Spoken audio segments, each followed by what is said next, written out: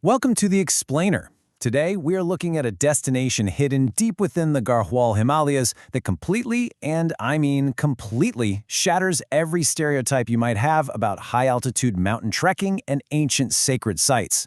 It's a real game-changer. Okay, let's dive into this.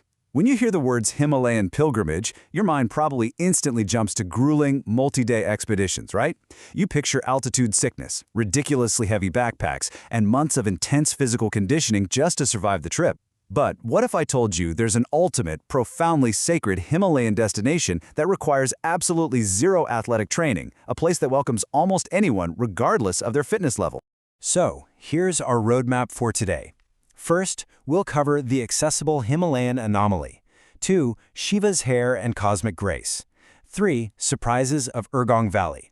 4. Planning your sacred journey. And finally, 5. Capturing the Himalayan winter. We've got a lot of fascinating mythology and some highly practical logistics to get through, so let's get to it. Starting with Section 1, the accessible Himalayan anomaly, breaking the rules of pilgrimage. And this brilliantly illustrates exactly what we're talking about. Kalpeshwar is part of the famed Panch Kedar circuit.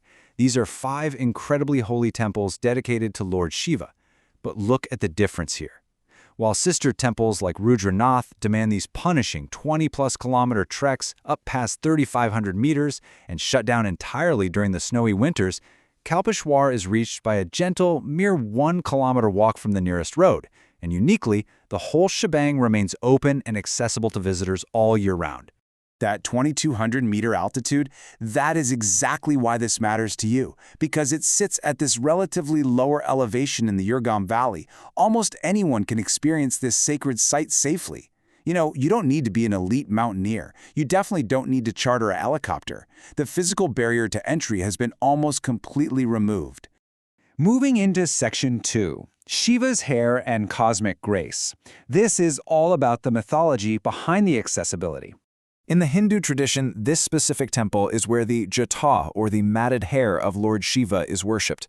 As the ancient mythology goes, the sacred river Ganga was descending from heaven with such terrifying, destructive force that it literally threatened to shatter the earth. So Shiva stepped in. He caught this overwhelming cosmic force in his matted hair and gently distributed it into smaller streams that humans could safely use. He softened an overwhelming force to make it accessible to humanity.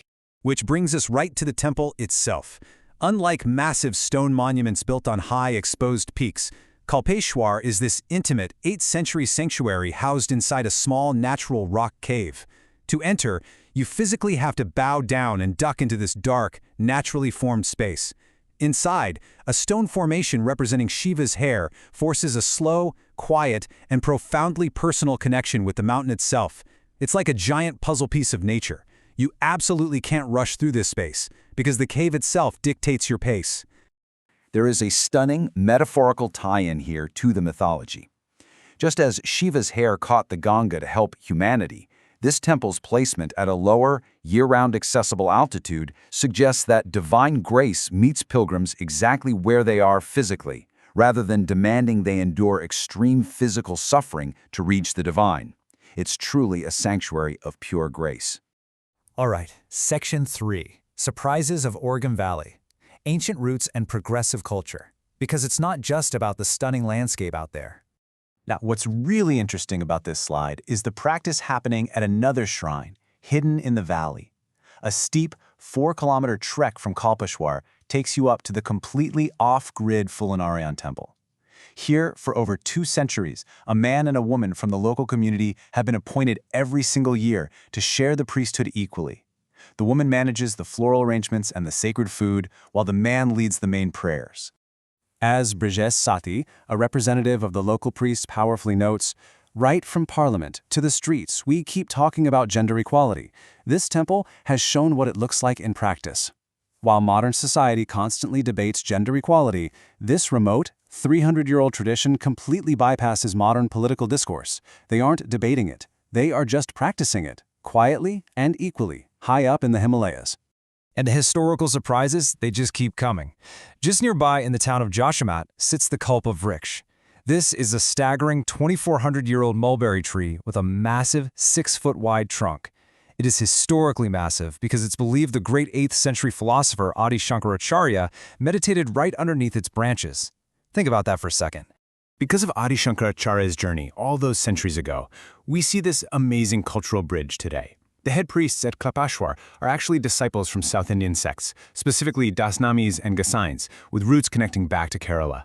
It's this beautiful geographical and cultural link, tying the deep south of India directly to the high northern Himalayas.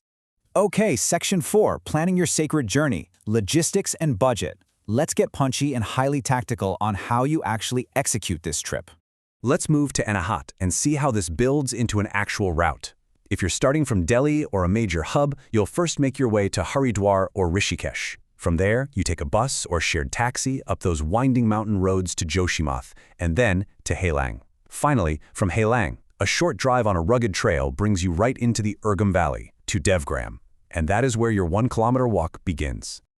What makes this trip even more incredible is the cost. Just look at this highly accessible budget breakdown based on local travel data. Between the buses, the shared taxis, staying at local homestays in the Urgam Valley, and the food, you're looking at an estimated total of roughly 5,000 Indian rupees for the core journey. It just proves you absolutely do not need to break the bank to experience a profound Himalayan adventure. But quick timeout. We do need to issue a firm reminder here. Even though the physical walking trek is short, you are still heading high into the mountains. Altitude sickness is a very real threat if you rush your ascent from the plains. The golden rule: spend at least one night at an intermediate altitude, somewhere around 1,500 to 2,000 meters, like Joshima, to let your body adjust. Bring a pulse oximeter and make sure your blood oxygen stays above 88%. Do not rush this part. Finally, Section 5, Capturing the Himalayan Winter. Photography, survival. For all you photo enthusiasts out there, this is absolutely crucial. Winter in the Himalayas is pristine and visually stunning, but man, it is brutal on expensive camera equipment. So here are some rapid-fire technical tips to save your gear. First, snow tricks your camera's light meter into underexposing, so always overexpose your shots by 1 to 2 stops so they don't look muddy and gray. Second, when bringing freezing cameras into warm tea houses, seal them in Ziploc bags first to prevent damaging internal condensation. And most importantly, keep your spare batteries inside your jacket, directly against your body heat. So the crucial point is this highly surprising fact about chemical battery reactions. Lithium-ion batteries absolutely hate the cold. They can easily lose 40% of their capacity in sub-zero temperatures. Honestly, if you think you need 1 battery, bring 3. You do not want your camera dying right as the sun hits those majestic mountain peaks. Beyond the photos and the logistics, let's bring it back to your personal experience. Neuroscience actually shows us that the physical act of sustained walking in nature, especially with a clear purpose, acts as a complete neurological reset. It measurably reduces background anxiety and rumination. So that gentle 1-kilometer trail into Kalpeshwar, it literally does the work on your mind, preparing you for a profound moment of peace before you even step foot inside the cave. Which leaves us with this final thought. We've seen how Kalpeshwar strips away the extreme physical barriers, offering up ancient mythology, incredibly progressive hidden cultures, and stunning winter landscapes, all on a completely accessible budget. The trail is waiting, and the doors open year-round. So, are you ready to step off the beaten path and let the mountains work on your mind? Thanks for joining me on this explainer, and I will see you next time.